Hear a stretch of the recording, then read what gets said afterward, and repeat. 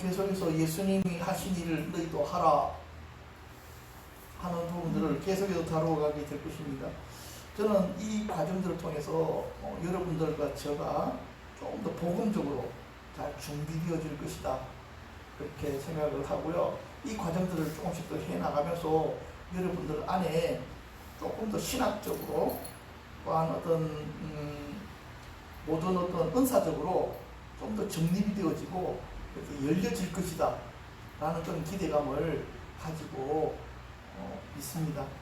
그래서 이 모임 안에 사실 우리가 오후 이렇게 좀 하면 사실 조금 피곤함들은 있지만 여러분들 이 약간 조금 피곤함이 있을 때에 사실 성령님이 우리를 좀 만지시기 쉽습니다.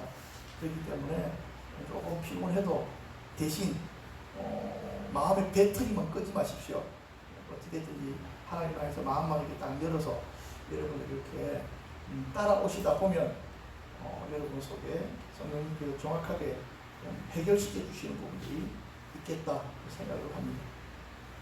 오늘 우리가 다룰 것은요, 예수님께서 사람을 오신 이유에 대해서 조금 다루고 오늘 말씀들을 행하려고 하는데요.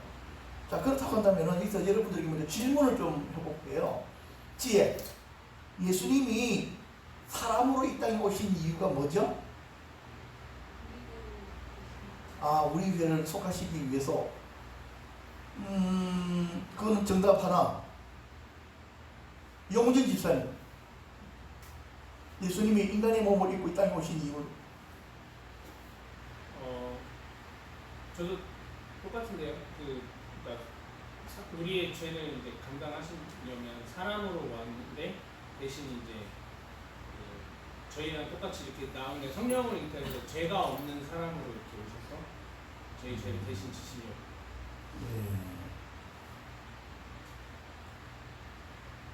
오은희 집사님.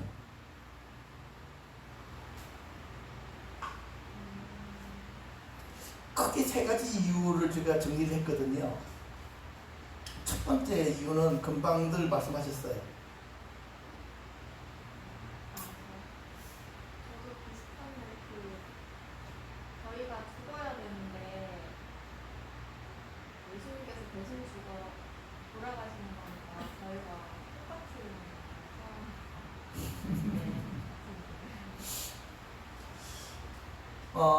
첫 번째 이유는 여러분들이 지금 다 알고 계시는 내용입니다. 우리를 구원하시기 위해서 오셨습니다. 그렇죠? 디모데전서 1장 15절 밑보다 모든 사람이 받을 만한 이 말이여 그리스도 예수께서 죄인을 구원하시려고 세상에 임하셨다. 아니 이렇게 노골적으로 그냥 써놨습니다. 그죠? 추측하는 것이 아니고 요한일서 3장 5절에도 그가 우리 죄를 없애려고 나타나신 것을 너희가 아나니 속죄, 죄의 문제를 처리하시기 위해서 예수님께서 인간의 몸을 입고 오셨습니다.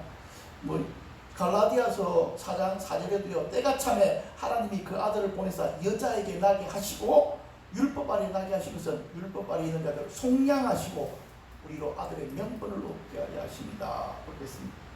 여기서 조금 더 증가되었죠. 속량 플러스 뭡니까? 자녀의 명분을 얻게 하시기 위해서 예수님께서 인간의 몸을 입고 오셨다. 그렇게 하셨습니다.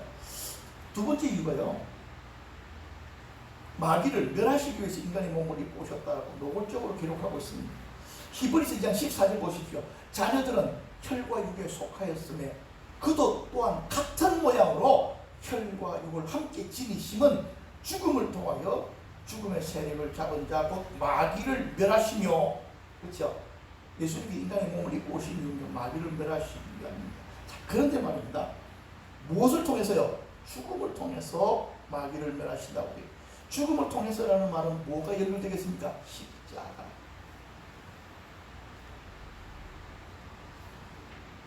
나중에 이게 정리가 될 텐데요. 십자가에 대한 선명한 인식이 마귀의 권세를 제압합니다. 여기에 대한 정확한 깨달음들이 여러분들이 오늘 좀 선명하게 나타나기를 바랍니다.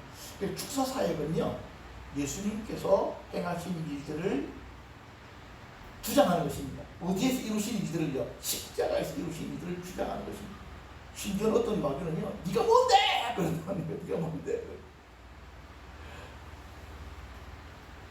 그래서 창세기 3장 15절에 보면 원시복음이라고 하는 복음의 원리가 딱 나와 있잖아요. 여기서 누가 나타납니까? 여자의 후손과 뱀의 후손이 나중에 어떤 일이 벌어질까 싸우게 될 것인데, 그때에 여자의 후손이 뱀의 머리를 밟게 될 것이고 뱀의 후손은 여자의 후손의 발꿈치를 물게 될 것이다 그랬잖아요. 이것이 어디서 완성이 됩니까? 십자가에서 완성이 되는 거거든요. 그렇기 때문에 골로새서 2장 14절과 15절이 너무너무 중요한 구절이거든요.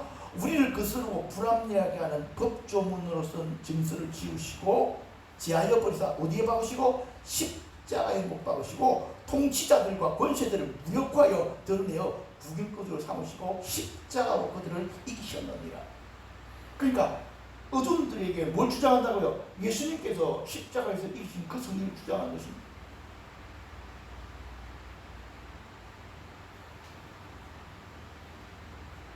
예수님께 이기신 성리를 우리가 주장하는 것입니다.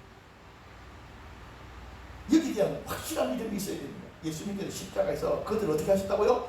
무력화했다고요. 모든 권세, 모든 통치자들과 권세들, 이들은 공중에 있는 권세들을 이야기하는 거거든요. 그들을 어떻게 하셨다고요? 무력화하셨다고요. 힘이 없다. 이 힘도 없는 걸 까불어. 좋게 얘기할 때 예수 이름으로 명할 때 떠나. 물론 주사 사역을 하다 보면요, 전문적인 부분들인데 그 사람의 인격과 마귀새끼 결합이 되거든요. 결합이 되거든요. 요거부터 풀어야 돼. 요거 푸는 것은 어렵지는 않아요. 그래서 먼저 분리가 되게 만들고 그 사람으로 하여금 이 녀석한테 복종하는 것이 아니고 내 말에 복종하게 만들게 하고, 그렇게 하면 또 호흡을 통해서 떠나갈 수 있도록 선포하면 어둠들이 나가지 않을 수가 없다. 그들에게는 뭐가 없으니까요. 예, 법종은 증서가 없다고요. 어둠들이 그 사람에게 들어갈 때는 뭐가 필요한지 아십니까? 서로 약속이 필요해요. 받아들이는 과정이 필요해요. 근데 그걸 다 뭐 한다고요? 예수의 이름으로 다 폐기됐다고 선포해버린다고요. 네가 그 사람 속에 들어가 있는 거 불법이야. 너 알잖아. 네가 미혹을 통해서 속임을 통해서 그 사람을 속였으니 그 속에 들어갔잖아. 너는 그 속에 있을 자격이 없어. 그렇죠? 십자가의 구속으로 예수님께서 이해를 샀어. 너는 더 이상 그 아이에게 모든 뭐가 없다고요? 권리도 모든 자격도 없어. 나사렛 예수 이름으로 명하는 묶임을 놓고 떠나가. 주장한 거예요. 신기한 거는요, 진리가 어떻게 됩니까?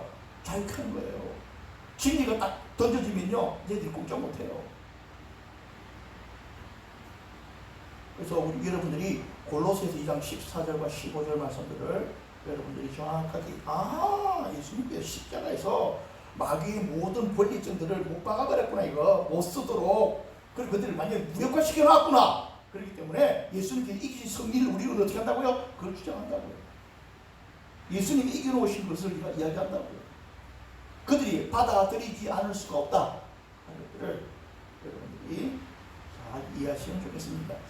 세 번째, 모델로 보이시려고요. 예수님께서 인간의 몸을 입고 오신 것은요, 우리들에게 어떻게 하나님의 말씀을 따라 살아야 되는지를 보이시려고요. 그 중에서도 제일 중요한 것은요, 영을 따라 행하는 우리에게 요구가 이루어지게 하셨다. 예수님은 영을 따라 행하는 모습을 보이시려고요. 성령을 쫓아 행하시는 모습.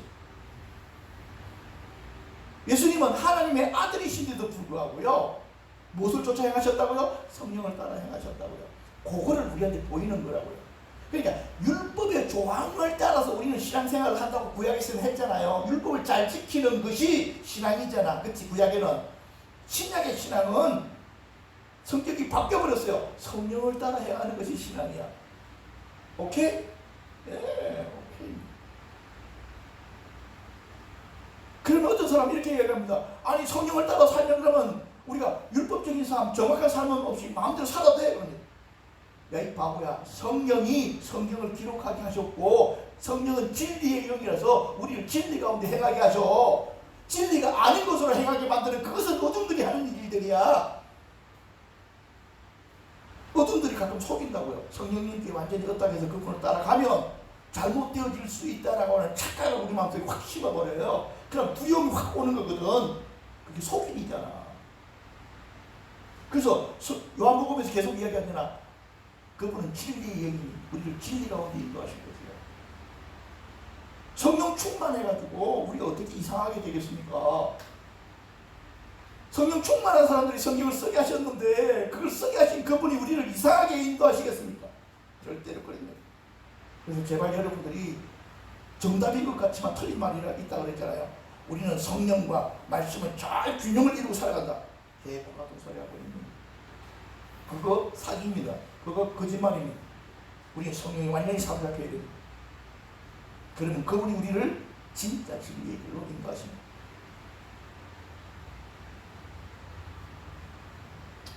그래서 우리가 예수님의 일을 우리가 해야 되잖아요. 그런데 예수님의 일을 하면서 우리 흉내내면요 안 돼요. 흉내내는 것 가지고는 아무것도 안 돼요. 영적인 일이기 때문에 예수님께서 성령을 쫓아 행하시는 그 원리를 보고 우리가 성령에 복종해서 성령에 따라가기 시작하면 우리 통해서 뭐가 나타난다고요? 예수님이 하신 일들이 나타나기 시작한다. 오케이? 오케이 해야 됩니다. 자, 그 다음에 좀 넘어갔어요. 웨스트민스터 대역의 문답.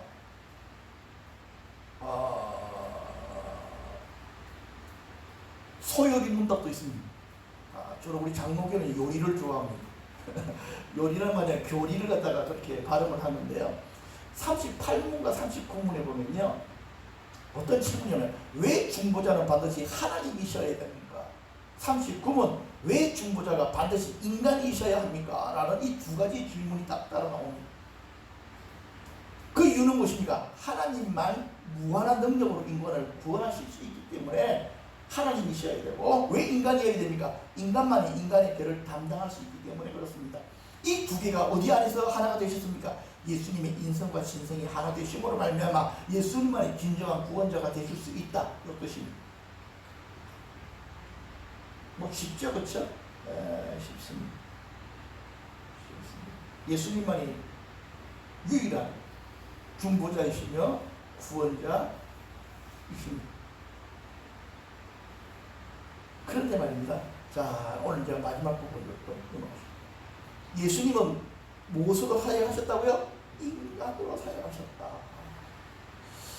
예수님이 우리와 같은 분이었다고 설명합니다. 어디에? 히브리서 4장 15절에 우리에게 있는 대제사장은 우리의 연약함을 동정하지 못하실 이가 아니요 모든 일에 우리가 똑같이 시험을 받으시는데 죄는 없으십니다. 우리가 똑같다는 거예요. 왜 우리가 똑같아야 됩니까? 우리가 똑같아야 우리가 예수님 같은 인간입니다.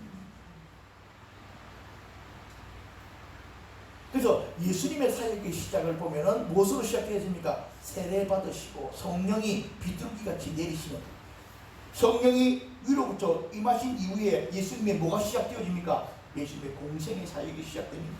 자, 그래서 말입니다. 누가복음에서 보면은 예수님께서 나사렛에서 어떤 말씀을 전하시느냐니까 이사야서 61장 말씀을 이용해 가지고 주의 성령이 내게 임하셨으니 로부터 출발합니다. 예수님의 사역이 성령님이 임하심으로 말미암아 공생의 사역이 시작되어졌다. 예수님도 그랬다면요, 우리도 어떻게 해야 됩니까? 바로 성령님이 우리들이 임하시고 나서 사역이 시작됩니다. 자, 그런데 제가 이 말씀을 준비하다가 이번에는 제 마음에 뭐가 확 부딪혔는데 또 가난한 자에게 복음을 전하신다. 이게 성령이 임하시면 첫 번째 나타나는 일들이더라고요. 아, 그렇구나. 성령이 임하시면 복음에 대한 선명한 인식 그리고 선포되어지는 말씀이 시작되게 하시는구나 라는 것을 절감하게 되어졌습니다. 그러면서 사실 오늘 아침에 이렇게 설교하기 전에 이렇게 기도하는데 참 계속해서 기도시키시는 것은 그것입니다. 내가 알파요 오메가다 라는 말씀을 제 마음속에 계속 던지세요. 그러면서 그러니까 그 기도를 하면서 내가 뭐가 느껴지느냐니까 이게 느껴지는 거야. 내가 어떤 일을 하다가 예수님 좀 도와주세요. 예수님 좀 도와주세요. 하는 이런 형태는 문제 있는 형태라는 거예요. 그게 아니고 예수님이 하게 하신 그 일, 예수님으로부터 시작되어지는 그 일들을 내가 하기 시작해야 되는 거예요. 예수님이 뭐라고요? 알파입니다. 예수님이 시작입니다. 그래야지만이 오메가 마무리가 되어질 수 있습니다. 딱 어찌 되어졌든지 사랑하는 여러분, 예수님께서 인간으로 오셔서 그분이 우리들이 뭔가 보이시잖아요. 무엇을요? 예. 하나님의 사역을 어떻게 시작하시는지를 보이신다고요. 그 보이시는 첫 번째가 무엇입니까? 성령이 임하시는 것입니다. 그래서 우리가 예수님의 일을 하려면요, 사도행전 1장 8절, 이건 너무 잘 아는 구절이죠. 오직 성령이 너희에게 임하시면, 중요한 단어가 오직입니다. 가장 중요한 첫 번째가 성령이 너희들에게 임하는 것이다. 그래야 누구의 일을 할 수 있습니까? 예수님의 일을 할 수가 있다고요. 이게 정리가 안 되면, 이게 회복이 안 되어져 있으면 예수님께서 하신 일들을 하게 됩니다. 그래서 여러분, 복음서의 신앙과 사도행전의 신앙은 비슷하게 보이지만 엄청난 차이가 있잖아, 그렇지? 복음서의 신앙은 예수님을 믿고 예수님의 제자가 되는 거야. 그런데 실수밖에 없어. 그러나 사도행전의 신앙은 어떻게 되어집니까? 예수님이 하신 일들을 제자들이 동일하게, 어떤 때는 더 큰 일도 그렇게 해내고 있음을 보여주시잖아요. 맞죠? 그렇죠? 그렇기 때문에 사도행전 1장이 너무너무 중요하잖아.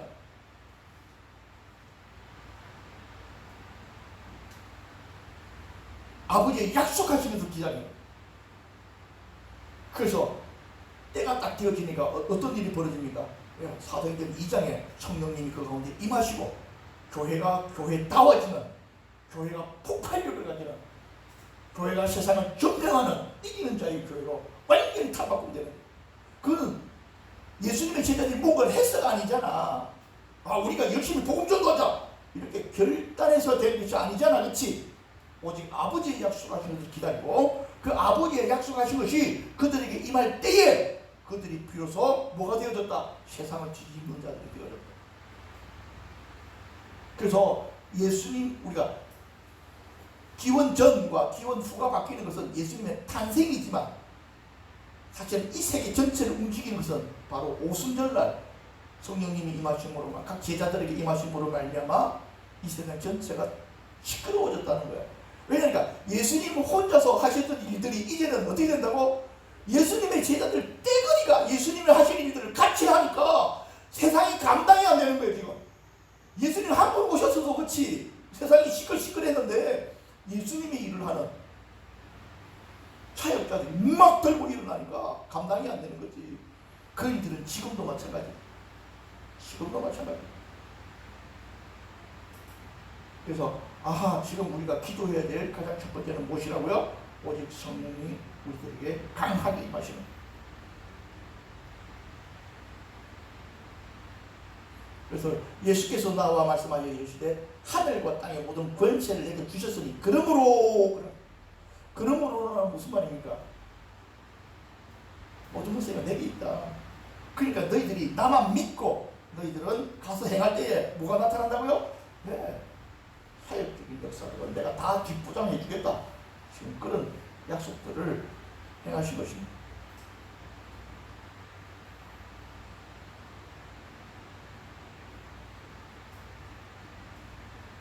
이사야서 61장의 말씀들이 예수님을 통해서 완성이 되어야겠죠. 그렇죠. 예수님이 오셔서 그 말씀을 하시고 복음서에서 예수님의 사역들을 통해서 완성이 됩니다. 예수님께서는 제자들에게 가르치고 싶은 핵심이 그것이었습니다. 니들은 내가 했던 일들을 해야 돼. 내가 너희들한테 시범 보여줬잖아. 내가 전해주고 보여줬잖아. 너희들이 해야 돼. 개중에 성령님이 오시기 전에도 예수님의 제자들이 주님의 위임된 것을 가지고 축사도 하고 병도 고치고 했어요. 그러나 그것은 부분적인 것이었어요. 그러니까 믿음 사역이라고 하는 영역에서 그것이 가능했었습니다. 근데요, 성령님이 오시고 나면 능력 사역으로 완전히 넘어가 버립니다. 그렇게 함으로 말미암아 교회 다와지는 일들이 나타나 버렸다. 그래서 오늘 말씀이 사실 여기서 이제 이제 마무리가 되는 겁니다. 아, 우리 교회가 교회다워지려면요, 바로 성령님이 강력하게 임하셔야 돼요. 그리고 지금 우리가 그 출발점에 모여져 있습니다. 저는 성령님이 가장 강하게 일하시는 곳이 가장 약한 곳에서부터 시작하신다고 저는 확신하거든요. 많은 사람들이 예수님 만나고 변화되어진 간증들을 들어보면요, 성공했을 때 예수님 만난 사람들이 그렇게 많지가 않아요. 사실은 들어봤습니까 여러분? 성공했을 때 예수님 만난 사람들, 그 사람들보다 실패해가지고 밑바닥에 있을 때 예수님 만난 사람들이 훨씬 많아요. 그 태반이 그렇다고 보시면 됩니다. 그때가 언제인데 그들이 가장 약할 때, 가장 부족했을 때, 주님이 아니시면 내 삶에 아무런 의미도 희망도 소망도 방법도 없다고 여겨질 바로 그때가 바로 주님께서 역사하실 때였습니다. 그때는 주님께서 어떻게 하셔도 그들이 마음이 열려져 있었기 때문에 그렇습니다. 이것이 어떤 마음이냐니까요, 부셔진 마음, 깨트려진 마음이었기 때문에 가능했습니다. 저는 개인적으로 이렇게 믿습니다. 지금이 우리 교회가 성령님의 은혜를 받을 때, 바로 그 시기가 왔다. 무엇을 통해서 제가 그 느낍니까? 제가 앞에서 기도할 때만 느낍니다. 제가 기도할 때 느껴지는 영적인 느낌이 계속해서 더 강해지고 있습니다. 그리고 여기서 몇 분이 기억하실지는 모르지만 우리가 중림동 교회에 있을 때 성령님이 아주 강하게 한번 역사하실 때가 있었어요. 그때 제가 그 예배 시간이 다 되어졌는데 강제상지에서 기도하는데 그날 어떤 일이 벌어졌는데 위에 기름이 부어지는 거예요. 기름. 그 기름이 부어지니까 어떤 일이 벌어지니까 몸이 굳어버려. 내가 무릎 꿇고 앉아있잖아. 일어나려고 하는데 몸이 안 일어나니 붙어가지고 이 팔을 떼려고 하는데 팔도 붙어있더라고. 뭐만 딱 열리냐니까 입만 열려있고. 그때 내가 느낀 내 머리 위에 영적인 기운들의 느낌이 있어. 지금 자꾸만 우리 교회의 영적인 상황이 그때의 상황으로 계속해서 밀려져 가고 있습니다. 이건 내가 어떻게 해서 되는 일이 아니야. 이거는 그분이 하셔야 돼. 근데 제가 그렇게 자꾸만 느껴지는 거예요. 그래서 영적인 느낌. 사랑하는 여러분, 지금 우리 교회가 은혜 받을 때입니다.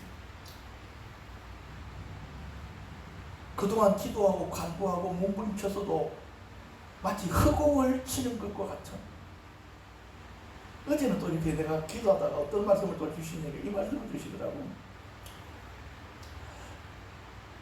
예수님이 이제 부활하시고 나서도, 부활하시기 전에, 이거는 그 153마리 말고 153이라는 숫자, 예수님의 제자들이 예수님 제자 되기 전에 갈릴리 호수에 이제 물고기 잡으러 갔다가 베드로가 한 마리도 못 잡고 돌아오게 되잖아요. 근데 그들이 뭐라고 이야기하니까 우리가 밤이 맞도록 열심히 수고하였지만은 물고기를 잡지 못했다고. 근데 지금 내 형편과 같은 거예요. 내 마음과 같은 거예요. 주님, 내가 지금까지 몇십 년 동안 내 나름대로 막 열심히 한다고 하지만 정말 어떻게 마치 빈 건물 치는 것처럼 기도를 해도 뭔가 이렇게 뭐 잡혀오는 게 없고 사역적으로 나가서 이렇게 해도 별로 이렇게 수확이 없는 그런 상황들을 이렇게 보면서 내가 어떻게 기도가 되어지니까 주님께 계속 기도하니까 주님께서 내게 주신 마음이 그것이었습니다. 곧 이 그물에 사람들이 차고 넘치도록 잡히는 날이 오게. 그 내가 열심히 해서가 아니고요. 주님께서 그 때들을 다가가게 하실 것이다. 그런데 제게 그때 더하여 주시는 느낌이 것이었습니다. 네가 준비되어져 있지 아니하면 그 기회가 그냥 지나갈 수도 있다. 지금 제가 이렇게 말씀을 가지고 여러분들이 하나씩 보시면서 함께 기도하고 함께 준비하십시다. 그럴 때 우리들의 수고가 헛되지 아니하고 우리의 기도가 헛되지 아니하고 정말 예수를 몰랐던 사람들이 우리들을 통해서 예수를 만나고 경험한 우리들 가운데 임하시는 그 예수, 우리를 통해 드러나는 성령 은사를 통해서 예수님이 또 드러나시잖아요. 성령이 나타나는 은사니까 그런 것들을 통해서 그들의 영혼들이 컨택받게 될 때에 그들이 회개하고 돌이키는 것들을 보게 되면 우리는 추수꾼이 기쁨을 우리들이 실제로 느끼게 될 것입니다. 이 시간 우리들이 한 가지 제목으로 다 같이 통성으로 기도하고 마치려고 합니다. 그 기도는 다른 것이 아니고 오직 성령이 우리들에게 임하시면 하나님께서 성령을 우리에게 물붓듯이 부어주시도록 우리 교회가 영의 물고들이 팍 터져버릴 수 있도록 조금씩 내리는 것이 아니고 뭔가 물고가 확 열려버릴 수 있도록 우리가 다 즐겁게 통성으로 한번 기도할 수 있도록 하겠습니다. 기도하겠습니다.